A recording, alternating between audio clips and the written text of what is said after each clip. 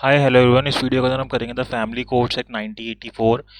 काफ़ी important act है जिसके थ्रू जो फैमिली कोड्स हैं उसकी इस्टेब्लिशमेंट की गई है कि किस तरीके से हमारे फैमिली कोड्स बने हैं। वो इसी एक्ट के कारण हमारे जितने फैमिली कोड्स हैं वो बनाए गए हैं। ये क्यों बनाए गए थे फैमिली कोड्स? क्योंकि पहले क्या होता था 1984 से पहले जनरली जितने भी फैमिली डिस्प्यूट्स होते थे वो किसके पास चलते थे? नॉर्मल सिविल कोड्स के अंदर चलते थे। और जैसा कि हमें पता है सिविल कोड्स के अंदर अगर कोई केस चलते हैं तो वो बहुत बर्डन हो गए हैं सिविल कोड्स, तो इस वजह से हमें अलग से ट्रिब्यूनल्स अलग से कोड बनाने की ज़रूरत थी ताकि जो सिविल कोड जिनके पास नॉर्मल सिविल केसेस चल रहे हैं वो ओवर बर्डन है तो वो बर्डन उनके ऊपर से कम हो और फैमिली के जो डिस्प्यूट्स हैं वो अलग से चलाए जाए। क्योंकि फैमिली के जो डिस्प्यूट्स होते हैं उनके ऊपर अलग से ध्यान देने की भी ज़रूरत होती है जो कि नॉर्मल सिविल केसेस के अंदर इतना ध्यान नहीं दिया जा पाता कोर्ट के थ्रू। तो एक ही मेजर रीज़न था जिस वजह से सिविल कोर्ट्स के अलावा फैमिली कोर्ट बनाए गए और जितने भी फैमिली रिलेटेड डिस्प्यूट्स थे वो फैमिली कोर्ट्स के पास चलाए गए। और यही रीज़न है कि जिस वजह से जो सेटलमेंट के प्रोविजंस होते हैं वो भी इसके अंदर डाले गए, क्योंकि फैमिली मैटर्स के अंदर ये कोशिश की जाती है कि जो मैरिज है या जो इस तरीके की चीज़ें हैं उनको सेव करने की कोशिश की जा सके, वो जो मैरिज का इंस्टीट्यूशन है वो ख़त्म ना हो। तो इसलिए इन फैमिली कोर्ट्स को बनाया गया, अलग से इस्टेब्लिश किया गया। तो ये जो एक्ट है काफ़ी छोटा सा एक्ट है, इसके अंदर 23 सेक्शंस है, लेकिन इसका इम्पैक्ट जो है बहुत वाइड इम्पैक्ट है। इसके वजह से काफ़ी मेजर इम्पैक्ट आया जो फैमिली डिस्प्यूट्स होते हैं उनके ऊपर। तो अगर इस एक्ट को अगर हम देखें तो इसके अंदर हमें क्या क्या दे रखा है, तो 23 सेक्शंस है। सबसे पहले तो इसके अंदर हमें इसने पर्पस बता रखा है कि ये क्यों बनाया गया। तो ये फैमिली कोर्ट्स की एस्टेब्लिशमेंट के लिए कि जितने भी डिस्प्यूट्स फैमिली से रिलेटेड हों वो कहाँ पे चलें, वो फैमिली कोर्ट्स के अंदर चलें। ठीक है, फिर जो भी उनके बीच में कंसिलिएशन हो सके, जितने भी मैरिजेस के बीच में डिस्प्यूट्स अगर आ रहे हैं, स्पीडी सेटलमेंट हो सके मैरिज से रिलेटेड डिस्प्यूट्स के अंदर, तो उन सबको सेटल करने के लिए, फैमिली अफेयर्स को सेटलमेंट करने के लिए या उनसे रिलेटेड अगर कोई भी मैटर आ रहा है उनके लिए इन फैमिली कोर्ट्स को इस्टेब्लिश किया गया। जो इस एक्ट के अंदर इसने बताया कि इस पर्पस के लिए इस इन कोर्ट्स को बनाया गया है। अब यहाँ पे जो भी डिस्प्यूट्स होंगे वो मैरिज से रिलेटेड होना चाहिए। फैमिली जरूरी नहीं है कि फैमिली अफेयर्स के अंदर सिर्फ अब जितने भी अगर मान लो कोई पार्टीशन का सूट हो रहा है या ऐसा कोई सूट हो रहा है वो इसके अंदर आ जाएगा, ऐसा नहीं है। इसी एक्ट के अंदर हमें इसने बता रखा है कि कौन से ऐसे डिस्प्यूट्स होंगे, वो एक्सप्लेनेशन के अंदर बता रखा है कि कौन से ऐसे डिस्प्यूट्स होंगे जिसको हम मैरिज या फैमिली अफेयर्स के अंदर इंक्लूड करेंगे और वो फैमिली कोर्ट्स के पास चलेंगे। तो सबसे पहले अगर हम देखें तो इस एक्ट को हम क्या बोलेंगे? द फैमिली कोर्ट्स एक्ट 1984 बोलेंगे। It extends to whole of India.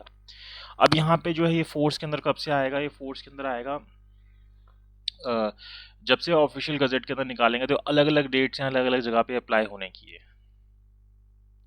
अब डेफिनेशंस के अंदर अगर हम आए तो इसके अंदर हमें इसने अलग अलग डेफिनेशन दे रखे हैं। जैसे कि सबसे पहले जज का मतलब क्या होगा? अगर हम फैमिली कोर्ट के अंदर जज की बात करें कि इसके अंदर जज होंगे तो जो प्रिंसिपल जज, एडिशनल प्रिंसिपल जज या अदर जज हैं उसको हम यहाँ पे जज बोल देते हैं, उनको हम यहाँ पे जज बोल देते हैं। अब ये प्रिंसिपल जज, एडिशनल प्रिंसिपल जज कैसे बनाए जाते हैं वो हमें सेट के अंदर आगे बता रखा है। ठीक है, नोटिफिकेशन जो ऑफिशियल गजेट के अंदर आएगी, प्रेस्क्राइब मतलब जो भी रूल्स प्रेस्क्राइब होंगे सेट के अंदर, फैमिली कोड जो सेक्शन 3 के अंदर एस्टेब्लिश होगा। और अगर जो ये जहाँ पे सिर्फ 4-5 ही वर्ड्स बताएं, इसके अलावा अगर कोई वर्ड्स या एक्सप्रेशन हमें जानने होंगे जो कि सेट के अंदर नहीं बता रखे होंगे, तो जो meaning code of civil procedure के अंदर बता रखा है वही हम यहाँ पे भी मानेंगे। ठीक है, तो ये चीज़ हमारे डेफिनेशन क्लॉज के अंदर हमें ये दे रखी है। अब सेक्शन 3 के ऊपर आया तो यहाँ पे बात की गई है कि फैमिली कोर्ट्स होते क्या है। ठीक है, फैमिली कोर्ट्स की एस्टेब्लिशमेंट के बारे में बात की गई है। तो यहाँ पे फैमिली कोर्ट्स कौन बनाएगा? स्टेट गवर्नमेंट बनाएगी। लेकिन स्टेट गवर्नमेंट किसकी कंसल्टेशन से बनाएगी? हाई कोर्ट की कंसल्टेशन से बनाएगी। किसको बनाएगी? फैमिली कोर्ट को बनाएगी। कहाँ पे बनाएगी?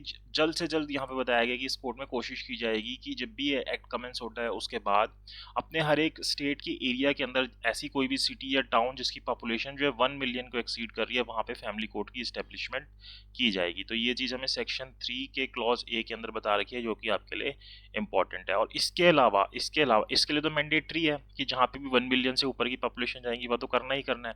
और इसके अलावा वो फैमिली कोर्ट बाकी एरियाज के लिए भी इस्टेब्लिश कर सकती है जहाँ पे ज़रूरी लगता है। तो 10 लाख से नीचे के लिए, मतलब 1 मिलियन से नीचे के लिए it is not necessary but it's depends upon the discretion of state government.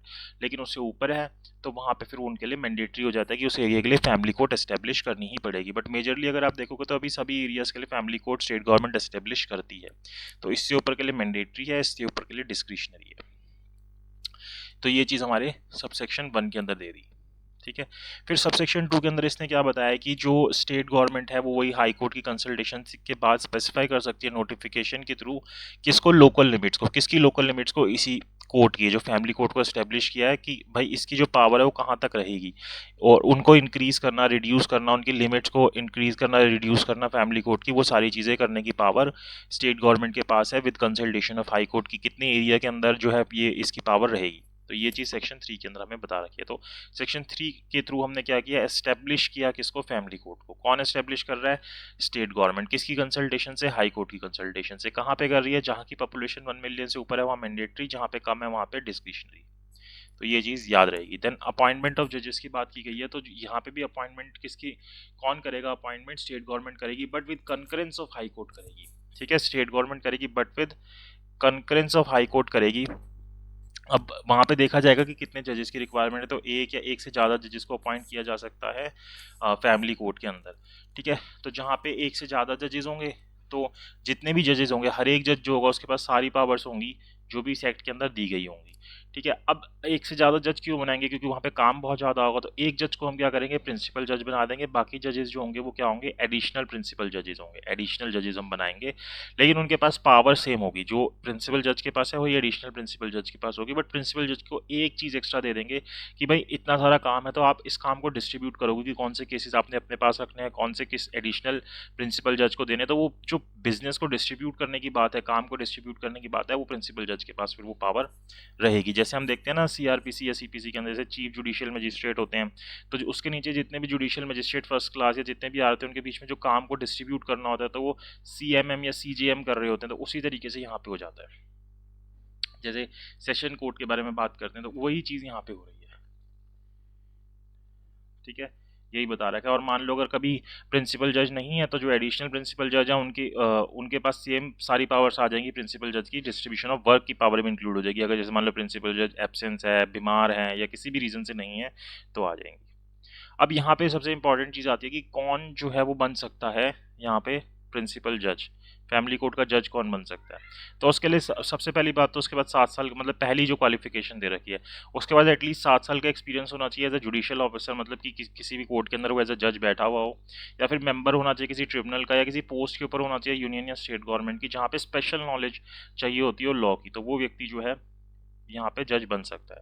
या फिर कोई ऐसा ऐसा व्यक्ति जिसके पास कम से कम 7 साल का एक्सपीरियंस हो और वो हाई कोर्ट के अंदर एडवोकेट हो, या फिर इस तरीके से 2 या और कहीं सच कोर्ट जो सक्सेशन के अंदर आ रहे हैं उनके अंदर वो एडवोकेट हो, या फिर कोई और क्वालिफिकेशन जो सेंट्रल गवर्नमेंट स्पेसिफाई करे चीफ जस्टिस ऑफ इंडिया की कंसल्टेशन से, तो वो व्यक्ति भी जो है फैमिली कोर्ट का जज बन सकता होता है। फिर जब ये बता रहा है कि जब फैमिली कोर्ट के जज को अपॉइंट किया जाएगा तो वहाँ पे अपनी तरफ से पूरी कोशिश करनी चाहिए कि वो वैसा व्यक्ति होना चाहिए जो कि प्रोटेक्ट एंड प्रिजर्व करे इंस्टीट्यूशन ऑफ मैरिज को।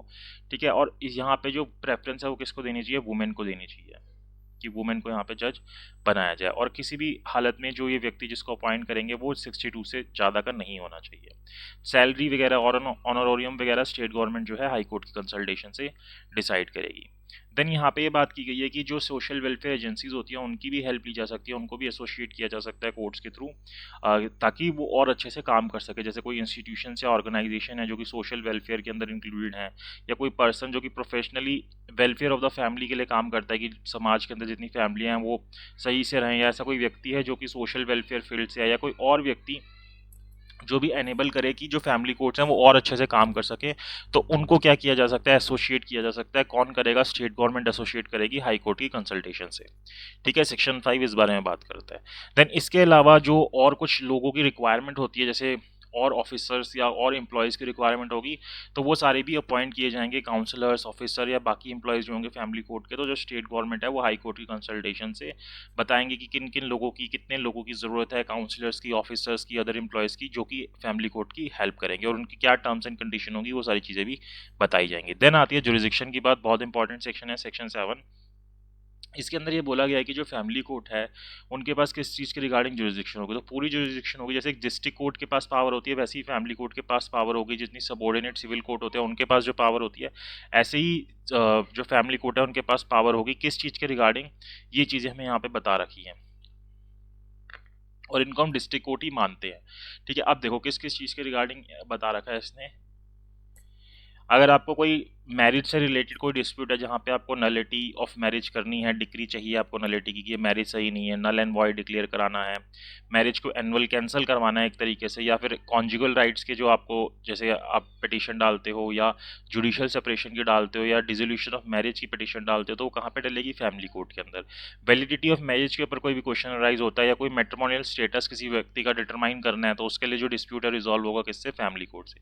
कोई भी अगर कोई भी सूट प्रोसीडिंग्स होती हैं किसके बीच में? Parties, between the parties to a marriage, यानी कि हस्बैंड वाइफ के बीच में किसी भी प्रॉपर्टी से रिलेटेड। तो ये एक इंपॉर्टेंट चीज़ है कि अगर प्रॉपर्टी से रिलेटेड कोई डिस्प्यूट है, मान लो even though it is of civil nature, की भाई वहाँ पे आप चाहे आप जैसे रिलीफ मांग रहे हो, स्पेसिफिक रिलीफ एक्ट वाले, जिसके अंदर आप कह रहे हो कि मुझे इंजंक्शन चाहिए, मुझे इस तरीके के रिलीफ चाहिए जो कि जनरली डिक्लेरेशन चाहिए, ऐसे जो कि सिविल सूट के अंदर मांगे जाते हैं। बट अगर वो हस्बैंड वाइफ के बीच में है इस तरीके की कोई डिस्प्यूट, तो कहाँ पे जाएगा? फैमिली कोर्ट के अंदर जाएगा। वो नॉर्मली फिर सिविल कोर्ट के अंदर नहीं जाएगा। अगर सिविल कोर्ट में जा रहा है तो उसको कहाँ पे ट्रांसफ़र करना पड़ेगा? फैमिली कोर्ट में ट्रांसफ़र करना पड़ेगा।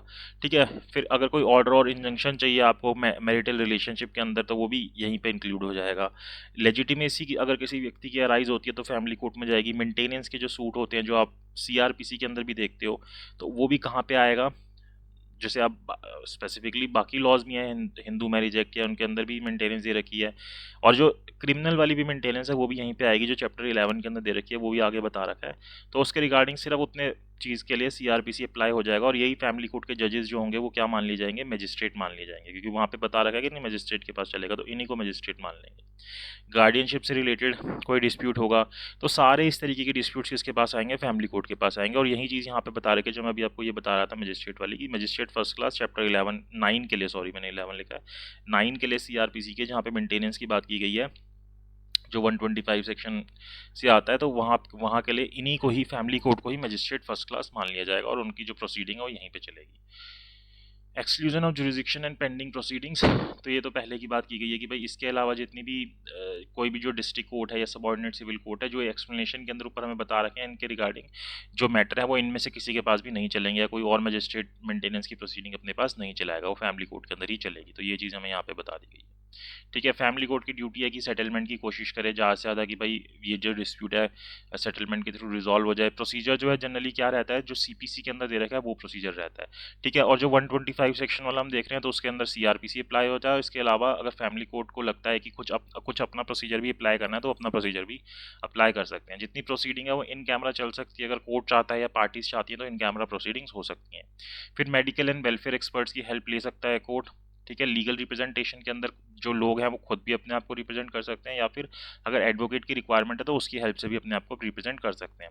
इंडियन एविडेंस एक्ट की अगर एप्लीकेशन देखें तो कोई भी चीज़, जैसे कोई रिपोर्ट है, स्टेटमेंट है, डॉक्यूमेंट है, कोई इन्फॉर्मेशन जो कि अदरवाइज इररेलेवेंट होती है इंडियन एविडेंस एक्ट के अंदर, लेकिन वो यहाँ पे एडमिट हो सकती है, क्योंकि यहाँ पे स्पेसिफिकली सेक्शन 14 के अंदर बोल रखा है कि पूरी तरीके से इंडियन एविडेंस एक्ट यहाँ पे अप्लाई नहीं होगा। ठीक है। देन जो भी स्टेटमेंट वगैरह है, ऑरल एविडेंस है, उसको रिकॉर्ड किया जा सकता है as per the description of court. उसको हम एक मेमोरेंडम बोल देंगे जो कि साइन करवाया जाएगा विटनेस के थ्रू।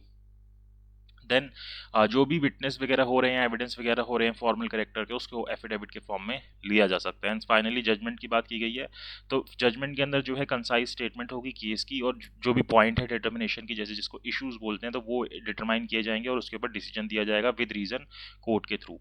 देन इसको एग्जीक्यूट कैसे किया जाएगा अगर कोई जजमेंट हुआ है, तो जैसे जो एक सिविल नेचर के सूट को जैसे एग्जीक्यूट किया जाता है, जैसे कि ऑर्डर 21 के अंदर, उसी तरीके से यहाँ पे भी एग्जीक्यूशन होगा। और अगर कोई मेंटेनेंस के रिगार्डिंग है तो वहाँ पे जैसे चैप्टर 9 अप्लाई होता है सीआरपीसी का, वैसे ही वहाँ पे उसको अप्लाई करके एग्जीक्यूट कराया जाएगा सीआरपीसी के थ्रू।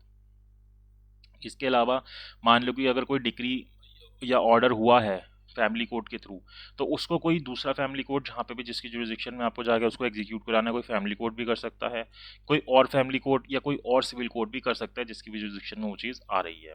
ठीक है। अपील की बात करें तो जितनी भी अपील होगी जजमेंट या ऑर्डर के अगेंस्ट, वो कहाँ पे होगी? हाई कोर्ट के अंदर होगी, चाहे ऑन पॉइंट ऑफ फैक्ट हो या लॉ हो या दोनों चीज़ों के ऊपर हो, हाई कोर्ट ही उसको डिसाइड करेगा। ठीक है। और कोई भी अपील अगर मान लो कोई कंसर्न्ड ऑफ पार्टी से कोई डिक्री पास हुई है, जैसे सीपीसी के अंदर सेक्शन 96 के अंदर भी हम देखते हैं, तो अगर यहाँ पे भी अगर कंसर्न्ड ऑफ पार्टी से कोई डिक्री या कोई ऑर्डर पास हो रहा है तो उसके अगेंस्ट आप अपील में नहीं जा सकते। इसी तरीके से चैप्टर 9 ऑफ सीआरपीसी के अंदर अगर कोई ऑर्डर पास हुआ है तो उसके अगेंस्ट भी आप अपील में नहीं जा सकते। अपील में जाने का टाइम कितना है, 30 डेज़ का है। जिस भी दिन जजमेंट या ऑर्डर हुआ है फैमिली कोर्ट का, उसके विदिन 30 डेज़ आपको जाना होगा। इसके अलावा हाई कोर्ट को ये पावर भी दे रखी है, वो अपनी मर्जी से भी या जैसे भी वो कॉल फॉर एग्जामिन कर सकता है, मतलब जो रिकॉर्ड हैं ट्रायल कोर्ट के वो अपने पास मंगवा सकता है और अपने हिसाब से चीज़ों को देख सकता है। देन इसका ओवरराइडिंग इफेक्ट होगा, मतलब कि जितने बाकी चीज़ें हैं उनको ये ओवरराइड कर देगा, जितने भी बाकी एक्ट होंगे फैमिली मैटर से रिलेटेड। फिर ये 3 लोगों की पावर दे रखी है कि हाई कोर्ट रूल्स बना सकता है, ठीक है, सेंट्रल गवर्नमेंट रूल्स बना सकती है और स्टेट गवर्नमेंट रूल बना सकती है। किस किस चीज़ के रिगार्डिंग वो इसके अंदर बता रखा है कि किसके रिगार्डिंग कौन रूल बना सकता है, that is not much important. तो ये इस तरीके से हमारा फैमिली कोर्ट एक्ट जो है वो कंप्लीट हो जाता है। बहुत छोटा सा एक्ट था लेकिन इंपॉर्टेंट एक्ट था। तो आई होप आपको वीडियो अच्छी लगी, तो please like share and subscribe जरूर कीजिएगा। और अगर आप क्लासेस लेना चाहते हैं तो नीचे दिए गए नंबर पे आप कांटेक्ट कर सकते हैं। Thank you so much for watching this video.